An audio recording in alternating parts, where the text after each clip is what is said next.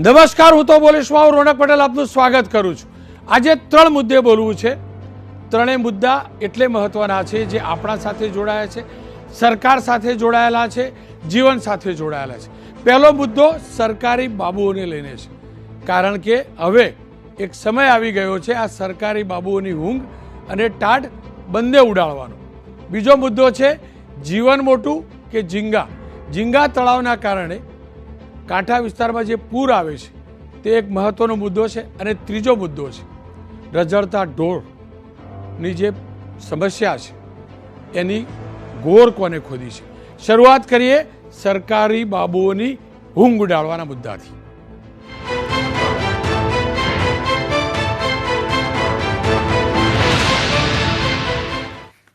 નવી સરકાર અસ્તિત્વમાં આવી ગઈ। આપણે તમામ લોકો સરકાર પાસે એ અપેક્ષા રાખતા હોઈએ છીએ કે સરકાર સારા નિર્ણયો કરે। સરકાર પાસે એ અપેક્ષા રાખતા હોઈએ છીએ કે સરકારના નિર્ણયો, સરકારની યોજનાઓનો લાભ સામાન્ય નાગરિકને સુચારુ રૂપે મળે, સામાન્ય નાગરિકના જીવનની અંદર સમસ્યાઓ ઓછી થાય। અને એટલા જ માટે સરકારી દફતરો જે હોય છે, સરકારી વિભાગો હોય છે, તેની પાસે આપણી અપેક્ષા હોય છે। પરંતુ આપણા તમામનો અનુભવ રહેલો છે કે બાબુઓને આપણે મળવા જઈએ છીએ તો પહેલાં તો એ હોતા નથી અને જે હાજર હોય છે એ બહાના બતાવતા હોય છે। હવે આ સંજોગોમાં એક સારી વાત એ છે કે છેલ્લા 10-12 દિવસથી સરકારના મંત્રીઓ, શાસક અને વિપક્ષના ધારાસભ્યો સરકારી કર્મચારીઓમાં જાત તપાસ કરવા જતા નજરે પડે છે। રાઘવજીભાઈ પટેલ કૃષિ મંત્રી અને મત્સ્ય ઉદ્યોગ મંત્રી છે। કૃષિ વિભાગના પોતાના વિભાગમાં ગયા બાદ, એના વિભાગની ઓફિસમાં ગયા બાદ આજે રાઘવજીભાઈ સરપ્રાઇઝ વિઝિટ અર્થે મત્સ્ય ઉદ્યોગનું જે મંત્રાલય છે, એમનો જે વિભાગ છે એના નિયામકની કચેરીએ પહોંચ્યા। લગભગ 11 વાગ્યાની આસપાસ પહોંચ્યા હતા। કચેરીમાં થોડાક કર્મચારી આવ્યા હતા, અનેક કર્મચારીઓ ગેરહાજર હતા, અનેક અધિકારીઓ ગેરહાજર હતા। આવા દ્રશ્યો જોઈ શકો છો। એક મંત્રી જાત તપાસ કરવા જાય છે એટલા માટે કે ખરેખર ચાલી શું રહ્યું છે તેનો તાગ મેળવી શકાય, કારણ કે જે નાગરિકોની સમસ્યા છે એ સમજી શકાય, સમસ્યાઓ કેમ ઉદ્ભવે છે એ સમજી શકાય। રાઘવજીભાઈ અગાઉ કૃષિ મંત્રાલયમાં પણ ગયા હતા। આ જ રીતે આપણા મુખ્યમંત્રી પણ પંચાયત ભવનોમાં પણ ગયા છે, અનેક ધારાસભ્યો પણ ગયા છે। અને અનેક વાર આ ધ્યાનમાં આવ્યું છે કે બાબુઓ લેટ લતીફ થાય છે। આપ કેબિન જોઈ લો, સાહેબ હાજર નથી, સાહેબ પહોંચ્યા નથી, કમિશનર હોય, ડેપ્યુટી કમિશનર હોય, એન્જિનિયરો હોય, બાબુઓ હોતા જ નથી। અને ન હોય તો નાગરિકોના કામ કોણ કરે? ફરી એકવાર કહીશ, સારું પ્રશાસન ચલાવવા માટે અધિકારીઓ અને સરકારના નેતાઓ બંને વચ્ચે સંકલન જરૂર છે। સરકારના અધિકારીઓ જો નેતાઓને સાચી હકીકત ન જણાવતા હોય અને સાચી હકીકત નેતા અથવા મંત્રી ન જાણતા હોય તો નાગરિકને ભોગવવાનું આવે છે, શોષાવાનું આવે છે। પરંતુ હવે જે નવું શરૂ થયું છે અને જે આ દ્રશ્યો જોવા મળે છે, દ્રશ્યો ચિંતાજનક છે। ઓફિસ ખાલી, પણ રાહતની વાત એ છે કે હવે મંત્રીઓએ ઇનિશિયેટિવ લેવાનું શરૂ કર્યું છે। અને એટલે જ બાબુઓની ઊંઘ ઉડે, બાબુઓની ટાઢ ઉડે એ માટે વારંવાર બોલવું પણ જરૂરી છે। અને જે પણ આ રીતે મુલાકાત લે એ રિપોર્ટ પણ પ્રસારિત કરવા જરૂરી છે, જેના કારણે અન્ય બાબુઓ, અન્ય અધિકારીઓની ઊંઘ ઉડે। રાઘવજીભાઈ પટેલ સાથે મેં એટલે જ વાત કરી છે કે રાઘવજીભાઈ પટેલ આ પહેલમાં આગળ છે। રાઘવજીભાઈ નમસ્કાર, આપનું સ્વાગત છે, સાથે તમને અભિનંદન કે આજે તમે જાત તપાસ કરી અને આ અઠવાડિયામાં બીજી જાત તપાસ છે। આપના જ વિભાગની અંદર આપ જાત તપાસ કરવા જઈ રહ્યા છો। મત્સ્ય ઉદ્યોગ નિયામકની કચેરી આપ ગયા હતા, આપે શું શું જોયું સર? રોનકભાઈ, રાજ્યના કર્મચારીઓ રાજ્યની સરકારના હાથપગ છે અને રાજ્યના સરકારની જે નીતિઓ છે, કાર્યક્રમો છે, એના અમલીકરણ માટેના પાયાનો સ્તંભ કહી શકાય એવી કર્મચારીઓ અને અધિકારીઓની ભૂમિકા છે।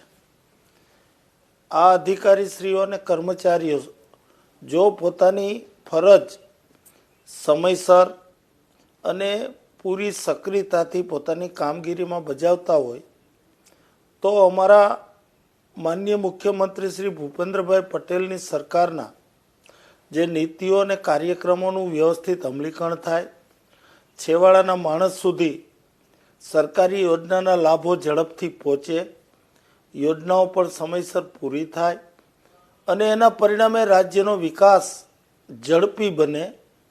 તત્કાલીન મુખ્યમંત્રીને દેશના યશસ્વી વડાપ્રધાન નરેન્દ્રભાઈ મોદીએ રાજ્યના કર્મચારીઓને કર્મયોગીનું બિરુદ આપેલ અને આ કર્મયોગીઓ વ્યવસ્થિતપણે કામ કરે તો હું માનું છું કે ગુજરાતનો જે વિકાસ થયો છે આ વિકાસની ગતિ હજુ વધુ તેજ બને અને એના પરિણામે રાજ્ય વધુમાં વધુ વિકાસ કરે. અને એટલા માટે કર્મચારીઓ સમયસર હાજર થાય છે કે કેમ, કર્મચારીઓ એની ફરજ બરોબર બજાવે છે કે કેમ, કર્મચારીઓના પણ કોઈ નાના મોટા પ્રશ્નો હોય તો એ પણ જોવા મળે, જાણવા મળે, સમજવા મળે. આવા હેતુસર મેં મારા ખાતા હેઠળની કચેરીઓમાં અચાનક કોઈને જાણ કર્યા વગર ઓફિસ શરૂ થાય ત્યારથી જ ઓચિતું નિરીક્ષણ કરી અને દરેક વસ્તુની જાત માહિતી મેળવવાનો કાર્યક્રમ નક્કી કર્યો છે. ગયા અઠવાડિયે પણ આ રીતે મેં કાર્યક્રમ કરેલ, આજે પણ મેં આ કાર્યક્રમ કરેલ. આ જાત નિરીક્ષણ દરમિયાન મને ઘણું બધું જોવા, જાણવા અને સમજવા મળ્યું છે અને અમારો જે મૂળભૂત હેતુ એ છે કે અમારા માનનીય મુખ્યમંત્રી શ્રી ભૂપેન્દ્રભાઈ પટેલની સરકારની કામગીરી વધુ અસરકારક બજાવી શકાય અને એમાં અમારા કર્મચારીઓ પોતાનો રોલ બરોબર સારી રીતે અદા કરે અને એમાં કાંઈ ત્રુટીઓ, ખામીઓ હોય તો એ દુરસ્ત કરી શકાય, આવી ભાવનાથી હું આ કાર્યક્રમ કરી રહ્યો છું. રાઘવજીભાઈ, આપનો કાર્યક્રમ પવિત્ર પણ છે ને જરૂરી પણ છે. આપનું ઓબ્ઝર્વેશન શું રહ્યું? શું અધિકારીઓ સમયસર આવે છે ખરા વિભાગના? કૃષિ વિભાગ હોય કે મત્સ્યપાલન ઉદ્યોગ હોય?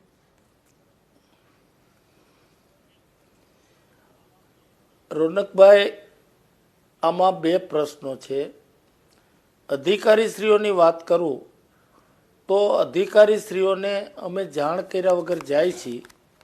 ઘણી વખત અધિકારીશ્રીઓને એક કરતાં વધુ ખાતાઓના ચાર્જ હોય છે, ઘણી વખત એને મિટિંગો પણ હોય છે અને ક્યારેક એને પણ અચાનક ક્યાંક જવાનું હોય છે. પણ મુખ્યત્વે મેં જોયું છે કે અધિકારીઓ અને એવી જ રીતે કર્મચારીઓ સમયસર જો પોતાની કામગીરી બરોબર કરે તો હું માનું છું ત્યાં સુધી આ રાજ્યનો વિકાસ ઝડપથી થાય અને લોકોને પણ એના લાભો વહેલી તકે મળી રહે. અને આનું તો હજી હું પ્રારંભિક નિરીક્ષણ કરી રહ્યો છું. હજી તો આ કામગીરીની શરૂઆત છે રોનકભાઈ, અને જ્યારે શરૂઆત હોય ત્યારે હું કોઈ અંતિમ તારણ ન કાઢી શકું. દરેક બાબતોની હું નોંધ કરું છું, ક્યાં પ્રોબ્લેમ છે, કયા કારણથી આ બને છે. આ બધી પરિસ્થિતિ હું જોયા પછી જ ચોક્કસ તારણ ઉપર આવી શકું. પણ એક વાત ચોક્કસ છે કે અમારી સરકારનો દ્રઢ નિર્ધાર છે કે અમારા અધિકારીઓ, કર્મચારીઓ સારી રીતે કામ કરે, પોતાની ફરજ બજાવે, સમયસર ઓફિસોમાં હાજર રહે અને નિયમાનુસાર કામગીરી થાય. આ અમારી સરકારનો ધ્યેય છે અને એ ધ્યેય માટે અમે હજી તો આ પ્રારંભિક ધોરણે શરૂઆત કરી છે અને અત્યારે શરૂઆતમાં કોઈ અંતિમ તારણ ઉપર હું ન આવી શકું.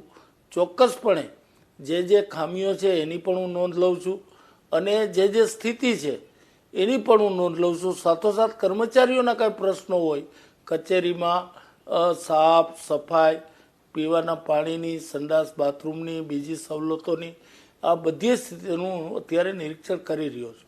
રાઘવજીભાઈ, આપ ખુદ ગ્રામીણ વિસ્તારમાં મહત્તમ સમય રહ્યા છો, અનેક લોકો આપને મળતા પણ હશે અને સ્વાભાવિક તમારો જનસંપર્ક પણ ઘણો મોટો રહ્યો છે. સામાન્ય નાગરિકની સરકારી કર્મચારીઓને લઈ અથવા સરકારી ઓફિસોને લઈ કયા પ્રકારની શિકાયત સામાન્ય સંજોગોમાં સાંભળવા મળે છે? સ્વાભાવિકપણે અરજદારો આવતા હોય તો પોતાનો પક્ષ રજૂ કરતા હોય. મેં ઘણા સમયથી અરજી કરી છે, મને કોઈ જવાબ મળતા નથી, મારા પ્રશ્નોનો નિકાલ થતો નથી. આવા અનેકવિધ પ્રશ્નો, ક્યાંક એવા પણ પ્રશ્નો આવે કે હું રજૂઆત કરવા ગયો તો પણ કોઈ અધિકારી હતા નહીં. આવા જુદી જુદી જાતના પ્રશ્નો આવે છે પણ અરજદાર એની પોતાની ભૂમિકા હોય છે, સામે કર્મચારી અને અધિકારી એની પણ ભૂમિકા હોય છે. એટલે આ રીતે આ બે વાત સાથે એનો સમન્વય થાય, અરજદારોને પણ ધક્કા ન ખાવા પડે, એની સાચો પ્રશ્ન હોય તો એનો ઝડપથી નિકાલ થાય, પ્રશ્ન ઉકલી ન શકેમ હોય તો એને સ્પષ્ટપણે માર્ગદર્શન આપવામાં આવે, અધૂરી વિગતો હોય તો એની પણ એને જાણકારી આપવામાં આવે અને અરજદાર રાજી થઈને ઓફિસની બહાર નીકળે, આવો અમારો અભિગમ છે. અને એ માટેના પ્રયત્નોના ભાગરૂપે અમે આ કામગીરી શરૂ કરી છે. રાઘવજીભાઈ, આપની આ કામગીરી સતત યથાવત રહે તેવી શુભેચ્છા. સ્વાભાવિક રીતે જ રાઘવજીભાઈએ સરકારમાં છે એટલે જે પણ મર્યાદાઓ છે તેને આધીન ઘણું બધું કહ્યું છે, તેમને પ્રયાસ શરૂ કર્યા છે. રાઘવજીભાઈની જેમ અન્ય મંત્રી જગદીશ વિશ્વકર્મા પણ આજે તેમના વિભાગમાં ગયા હતા અને એના દ્રશ્યો પણ આવ્યા છે, એની તસવીરો પણ આવી છે. અને આ જ પ્રકારની સતર્કતા જો જનસેવકો કરવા લાગશે, મંત્રીઓ કરશે, ધારાસભ્યો કરશે, તો આ સ્વાભાવિક રીતે જે ગુલ્લીબાજ ઇન્ટેન્શનલી જે ગુલ્લી મારે છે અધિકારીઓ અથવા તો સામાન્ય નાગરિકને જે ધક્કા ખવડાવે છે તેમની ઉપર ચોક્કસથી બ્રેક લાગશે. અને કેવી રીતે બ્રેક લાગી શકે છે? એક જનપ્રતિનિધિ, એક મંત્રી, એક ધારાસભ્ય, એક સાંસદ એ જો સતર્ક થાય તો અધિકારીઓ, કર્મચારીઓ કેવી રીતે વધુ સતર્ક થઈ શકે છે એ જાણીએ અને સમજીએ. HS પટેલ કે જેઓ લાંબો પ્રશાસનિક અનુભવ ધરાવે છે, IAS રહી ચૂકેલા છે, તેમની પાસેથી. પટેલ સાહેબ નમસ્કાર. જુઓ, આપ તો IAS અધિકારી રહી ચૂક્યા છો, લાંબો પ્રશાસનિક અનુભવ છે, સચિવાલયમાં કેવી રીતે કામ ચાલે, ફિલ્ડ ઉપર કેવી રીતે અધિકારી કામ કરે આપ જાણો છો, ઓફિસોની શું સ્થિતિ હોય એ આપ મારા કરતાં સારી રીતે જાણો છો. મારે એ જ જાણવું ને સમજવું છે. જુઓ, રાઘવજીભાઈ પટેલ કૃષિ મંત્રી તરીકે કૃષિ ભવનની મુલાકાતે લઈ આવ્યા, મત્સ્ય ઉદ્યોગ મંત્રી તરીકે પણ એમના વિભાગની સરપ્રાઇઝ વિઝિટ કરી આવ્યા અને અધિકારીઓ કેટલા રેગ્યુલર કેટલા ઇરેગ્યુલર તમામ તપાસ કરી આવ્યા. મારે આ જ જાણવું ને સમજવું છે પટેલ સાહેબ, જો જનપ્રતિનિધિ, જો મંત્રી સતર્ક હોય, આ જ પ્રકારે સરપ્રાઇઝ વિઝિટ કરે, આ જ પ્રકારે હિસાબ માગે, તો તેનાથી જે અધિકારીઓ છે, ખાસ કરીને જે બેદરકાર અધિકારીઓ છે, તેમની ટાઢ, તેમની ઊંઘ કેવી રીતે ઉડતી હોય છે અને કેવી રીતે પ્રશાસનમાં સુધારો આવતો હોય છે? રોનકભાઈ, હું બહુ સ્પષ્ટ માનું છું કે આ પ્રજાના પ્રતિનિધિઓ તો ધ્યાન દોરે, મંત્રીશ્રી જાય, એક વાત અલગ છે. પણ હું તો એમ માનું છે કે સંબંધિત વિભાગના સેક્રેટરી, એના હેડ્સ ઓફ ધી ડિપાર્ટમેન્ટ, આ તો હું તમને એક જ દાખલો આપું, સામાન્ય દાખલો. આ વીજળી વિભાગની જ વાત કરો કે રેવન્યુ વિભાગની વાત કરો, તો રેવન્યુ વિભાગમાં કલેક્ટર છે, એની નીચે એડિશનલ કલેક્ટર છે, એની નીચે ડેપ્ટી કલેક્ટર છે, એની નીચે મામલતદાર છે, એની નીચે નાયબ મામલતદાર છે. આ બધા જ અધિકારીઓની ફરજ છે કે એમણે નિયત સ્વરૂપે ફેરણા કરવા, નિયત સ્વરૂપે એમની ઓફિસોની મુલાકાત લેવી. અને એ જ રીતે આ જીઈબીમાં જ માનો કે એની ઉપર ચીફ એન્જિનિયર છે, એડિશનલ ચીફ એન્જિનિયર છે, સુપ્રિન્ટેન્ડિંગ એન્જિનિયર છે, એક્ઝિક્યુટિવ એન્જિનિયર છે. આટલી બધું લેયર હોવા છતાં મને તો એવું લાગે છે કે આ જે ચેકિંગની કે અકાઉન્ટેબિલિટીની ઇમ્પેક્ટ ઓછી થઈ એવું લાગે છે. મને પોતાને ખબર છે કે હું કલેક્ટર તરીકે સૌથી ઊંડાણમાં રિમોટ ગામમાં જ જતો હતો. એક મામલતદારની ઓફિસની રેગ્યુલર ચેકિંગ કરતા હતા, હાજરીનું ચેકિંગ કરતા હતા. આ મને એવું લાગે છે કે કોઈક છેલ્લા કેટલાક સમયથી આની અસરકારકતા ઓછી થવા માંડી છે એવું લાગે છે. તો મને એમ લાગે છે કે શિસ્ત વિષયકના પગલાં લેવા જોઈએ, મૂવમેન્ટ રજિસ્ટર રાખવા જોઈએ, રેગ્યુલર ચેકિંગ થવું જોઈએ. તો પ્રજાના પ્રતિનિધિઓ તો એક વોચડોગ છે, પણ જે એડમિનિસ્ટ્રેશનની જે જવાબદારી જે છે એ જ્યાં સુધી એક ધાક સ્વરૂપે ફેલાવવામાં નહીં આવે ત્યાં સુધી, અને હું તો એમ માનું કે ઇવન પ્રજાના પ્રશ્નોની પેન્ડન્સી હોય તો પેન્ડન્સી પણ જોવી જોઈએ. પેન્ડન્સી કારણો, કયા કારણો, માનો કે ઇવન ઘણીવાર એવું કહેવામાં બધી ઓનલાઈન સિસ્ટમ કરવામાં આવી છે, પણ ઓનલાઈન કરવામાં જે એજન્ટ પ્રથા છે, અથવા તો માનો કે કોઈક ને કોઈક કારણસર નામંજૂર કરીને જે કરાવીને પછી પાછી પૂરતા કરાવવામાં આવે છે, આ બધી બાબતોની માઇન્યુટલી ચેકિંગ કરવાની જરૂર છે. તો જ મને એમ લાગે છે કે જે લોકાભિમુખ વહીવટ પ્રસ્થાપિત કરવા માગીએ છે તો જ થશે. હું બહુ સ્પષ્ટ માનું છું કે આ અમલદારોની જવાબદારી છે, આ નોન ઓફિશિયલની જવાબદારી નથી. જવાબદારી એટલે કે એકાઉન્ટેબિલિટી. અધિકારીઓ સરકારી બાબુઓની એકાઉન્ટેબિલિટી ફિક્સ કરવી જરૂરી છે. અને પટેલ સાહેબ, મોટા ભાગના સામાન્ય નાગરિકોની ફરિયાદ પણ આ જ છે કે એક તો અમે જઈએ તો અધિકારીઓ મળતા નથી, અને મળે તો કોઈ પણ કારણસર એમનું કામ લટકાવવામાં આવે છે. ના પણ નથી પાડવામાં આવતી, હા પણ નથી પાડવામાં આવતી. ફાઇલ પેલા ટેબલ ઉપર ગઈ, પેલા ટેબલ ઉપર ગઈ, એમ કરીને ગોળ ગોળ ફેરવવામાં આવે છે. આપ સારી રીતે જાણો છો પ્રશાસનને, બાબુશાહી બાબુ રાજને પણ આપ જાણો છો. મારે એ જ સમજવું છે સર, શું આ પ્રકારે લિંગરિંગ કરી નાગરિકોના કામ લટકતા રાખી, અટવાયેલા રાખી અને ભ્રષ્ટાચાર કરવાની પણ એક મંશા હોય છે અધિકારીઓની? હા, એનું કારણ એ જ કહેવાય કે એની પાછળનો અલ્ટિરિયર મોટિવ છે.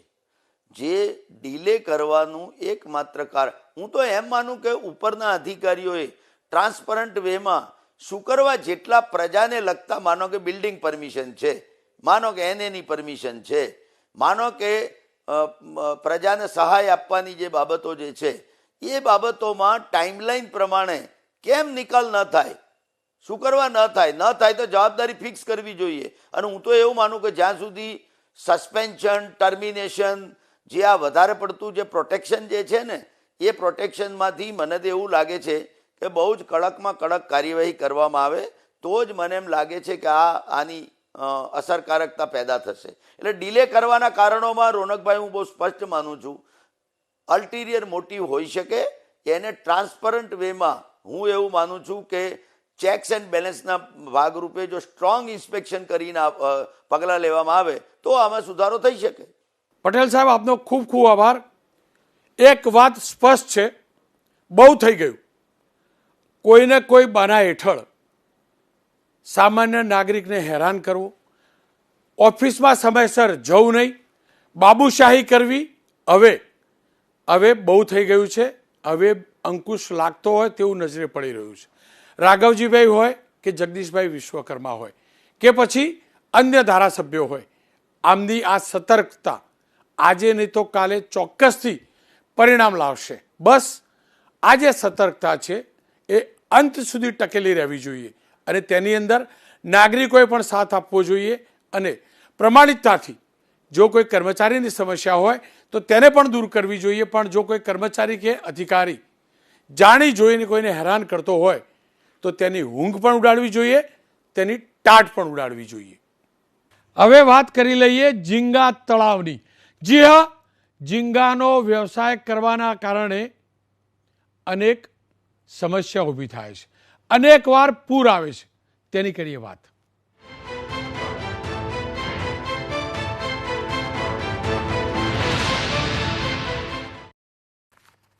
જીવન જીવવા માટે ધંધો રોજગાર જરૂરી છે. ધંધા રોજગારના અનેક પ્રકાર હોય છે. એ જ પ્રકારનો એક વ્યવસાય છે ફિશરીઝનો, ખાસ કરીને ઝીંગા પકવવાનો. દક્ષિણ ગુજરાતના દરિયા કિનારે ઝીંગા પકાવવામાં આવે છે. સરકાર લીઝ ઉપર જગ્યા આપે છે, પરંતુ આ જ લીઝના ઓઠા હેઠળ એ જ લીઝ મેળવવાવાળા અથવા તેમના મળતિયાઓ અનેક ગેરકાયદેસર ઝીંગા તળાવો પણ બનાવે છે. દર ચોમાસે આપ જોતા હશો, દક્ષિણ ગુજરાતના ખાસ કરીને ઓલપાડની આજુબાજુના વિસ્તારોમાં પૂર આવે છે. પૂરનું કારણ એ છે કે પાણીના નિકાલના રસ્તા, જે નદી નાળામાંથી જે પાણી આવે છે, જે સમુદ્રમાં મળવાનું હોય છે, એની વચ્ચે ઝીંગા તળાવ આવી જાય છે. મોટા મોટા પાળા બનાવવામાં આવે છે. આ જ પ્રકારના ફરી એકવાર પાળા બનવાના શરૂ થયા છે. કલેક્ટર ઓફિશિયલી પરમિશન આપતા હોય છે. આવી પરમિશન અપાઈ, જેના કારણે ઓલપાડના કુવાટ ગામના અનેક મહિલાઓ, અનેક નાગરિકો આજે સુરત કલેક્ટર કચેરીએ પહોંચ્યા અને રજૂઆત કરી કે સાહેબ, અમને જીવવા દો, અમારે જીવવું છે. કોઈને રોજગાર કરવા માટે, કોઈને રોજગાર માટે ઝીંગા ફાર્મ માટે જગ્યા ફાળવવી અને ત્યારબાદ કોઈ ધ્યાન ન રાખે અને ગેરકાયદેસર પણ ઝીંગા ફાર્મ બને, જેના કારણે અમારા ગામમાં પૂર આવે, અમારી જીવન ખરાબ થાય, અમારી ખેતીની જમીન ખરાબ થાય, અમારો પાક ખરાબ થાય. આ તો કેવી મંજૂરી? એટલે જ આ મહિલાઓ આજે કલેક્ટર ઓફિસ ગઈ હતી. હું ફરીથી કહીશ, સુરત સહિત દક્ષિણ ગુજરાતના દરિયા કિનારે કાનૂનની સાથે ગેરકાનૂની ઝીંગા ફાર્મ દુનિયાભરના છે, અને પાણીના નિકાલ ન થવાના કારણે પૂર આવવાનું સૌથી મોટું કારણ ઝીંગા તળાવ છે. અને એમને અનેક નેતાઓના રક્ષણ મળે છે. ખાસ કરીને જે ગેરકાયદેસર ઝીંગા તળાવ કરે છે ને એમને રક્ષણ મળે છે. કેટલીક વાર રજૂઆતો બાદ કાર્યવાહી થાય છે, પરંતુ દેખાવ પૂરતી કાર્યવાહી થાય છે અને ફરીથી ગેરકાયદેસર ઝીંગા તળાવો પણ ખુલે છે. જોકે આ વખતે રજૂઆત જે ગેરકાયદેસર તળાવો બનવા જઈ રહ્યા છે અને બનતા દેખાઈ રહ્યા છે તેને લઈને છે. આ વ્યથા છે, દરિયા કિનારે રહેતા ગામના લોકોની આ વ્યથા છે. મને લાગ્યું કે ના, આ વ્યથાને વાચા આપવી જોઈએ અને એટલે જ આ રજૂઆત બાદ એબીપી અસ્મિતા સંવાદદાતા ધનરાજ બાગલે આ ગામ પહોંચ્યા હતા અને મેં એમની સાથે આજે દિવસે વાત કરી છે. લોકો સાથે સીધી ચર્ચાનો દોર શરૂ કરીશું. બેન, કેમ વિરોધ કરી રહ્યા છો તમે? આજે તમે જોઈ શકો છો કે 500 મીટરની અંદર જ આ તળાવો બને છે. રૂલ્સ અને રેગ્યુલેશન પ્રમાણે 500 મીટરની દૂર 600 મીટરની દૂર હોવું જોઈએ. રહેણાંક વિસ્તારોથી 400 મીટર કમસે કમ દૂર છે. એના લીધે ફ્લડ ગેટો જે પાણીનો નિકાલ થતો હતો એ બંધ થઈ જશે. એના લીધે સીધી અસર એ થશે કે ઘરોમાં અને ખેતરોમાં પાણી ઘૂસી જશે અને જો ખેતરમાં પાણી ઘૂસી જશે તો એમાં ખેતી લાયક જમીન રહેવાની નથી, કેમ કે આ ખારપાટવાળો વિસ્તાર છે. ખારું પાણી મિક્સ થશે તો ખેતી શક્ય નથી. અને આ બાજુમાં બીજું ગૌચરણ આવેલું છે, જેની જમીન ડુબાણમાં જવાથી ઘાસચારાનો પણ પ્રોબ્લેમ ઊભો થશે. એટલે આ બધું જોતા જીવન શક્ય જ નથી બનતું. એટલા માટે અમે કલેક્ટર સમક્ષ માંગણી કરી છે ઈચ્છા મૃત્યુની. પણ આ જે ગામડામાં છે તમારો ઝીંગા તળાવ બનશે, વિકાસ થશે એવી વાતો કરવામાં આવે છે. તમારી પરવાનગી લીધેલી કે ગામડાની ઝીંગા તળાવ બનાવવા? ના, બિલકુલ નહીં. ગ્રામ પંચાયતનો કોઈ ઠરાવ નથી અને ગ્રામ પંચાયતના કે ગામના લોકોનો અભિપ્રાય લેવામાં આવ્યો નથી. ડાયરેક્ટ ટુ ડાયરેક્ટ ફાળવણી કરી દેવામાં આવી.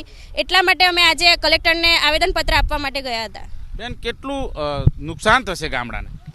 આ લગભગ 8 ગામના પાણી છે ને તેનો નિકાલ આ વિસ્તારમાંથી જ થાય છે ને તે મેઇન ગેટ અહીંયા જ છે. જે દરિયામાં પાણી જતું હોય ને તેનો મેઇન નિકાલ અહીંયાથી જ થાય છે ને ત્યાં જ એ ઝીંગા તળાવ બની રહ્યા છે. તેના કારણે અમારા ગામના ખેતરો તો ડૂબવાના જ છે, પણ સાથે સાથે બીજા ગામના ખેતરો છે તેને પણ નુકસાન થવાનું છે. એટલે મોટા પ્રમાણમાં ખેતીને નુકસાન થાય એમ છે ને તેના કારણે જ અમે આ વિરોધ કરી રહ્યા છે.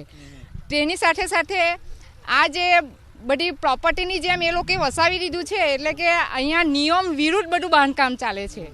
બોન્ડનું કામ પણ ચાલે છે, આટલે પાકી ખોલીઓ પણ બનાવવામાં આવી છે ને તેની સાથે સાથે જે ફાટો મૂકવાનો હોય છે પાણીનો નિકાલ માટેનો તે પણ મૂકવામાં નથી આવતો. તેની સાથે સાથે એ લોકો છે ને જેટલા પ્રમાણમાં જમીન ફાળવવામાં આવે છે તેના કરતાં બહોળા પ્રમાણમાં એ લોકો જમીન લે છે અને લીગલી અને અનલીગલી બંને રીતે ચાલે છે.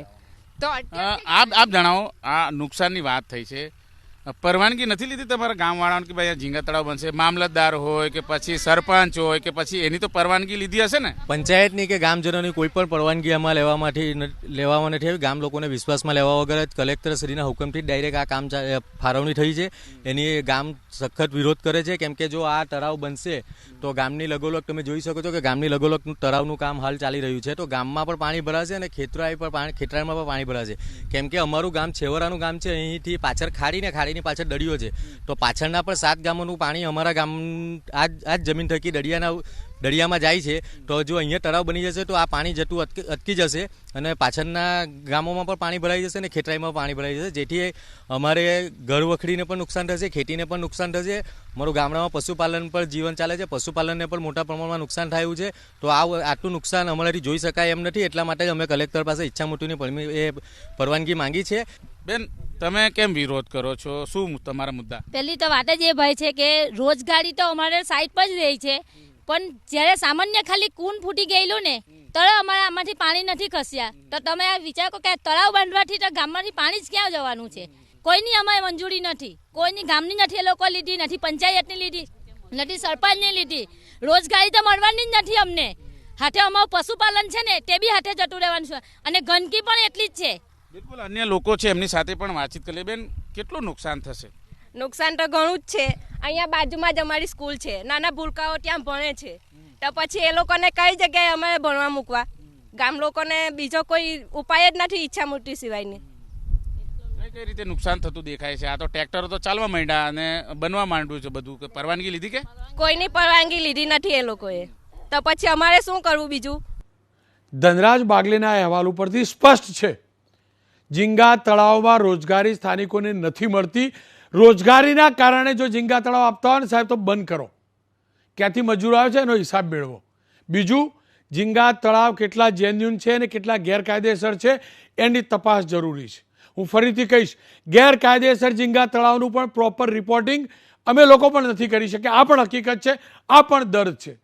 પરંતુ જો આ કાંઠા વિસ્તારની જમીન બચાવવી હોય, એ ગામના લોકોની ખેતી બચાવવી હોય, કાંઠા વિસ્તારમાં પૂર ન આવે, પૂરની સ્થિતિ ન સર્જાય, એનું ધ્યાન રાખવું હોય તો આ પ્રકારની મંજૂરીઓ આપવા ઉપર પણ સરકારે ફેરવિચાર કરવો જોઈએ. અને એનાથી પણ વિશેષ, જે પણ ખોટા ઝીંગા ફાર્મ ગેરકાયદેસર રીતે સરકારી જમીન હડપી, સરકારી અધિકારીઓની મિલીભગતથી ઝીંગા ફાર્મ ખોલે છે, એમની ઉપર પણ કાર્યવાહી કરવી જોઈએ. અને આંખ બંધ કરી ગેરકાનૂની ઝીંગા ફાર્મ ચલાવવા દે છે એમના વિરુદ્ધ પણ કાર્યવાહી કરવી જોઈએ. અને એ કાર્યવાહી થશે ને તો જ દર ચોમાસાએ આ વિસ્તારમાં પૂર આવ્યું, આ વિસ્તારમાં પાણી ભરાયું, આ વિસ્તારના ખેતરો ધોવાયા, એ સમસ્યા દૂર થશે, નહીંતર દૂર નહીં થાય.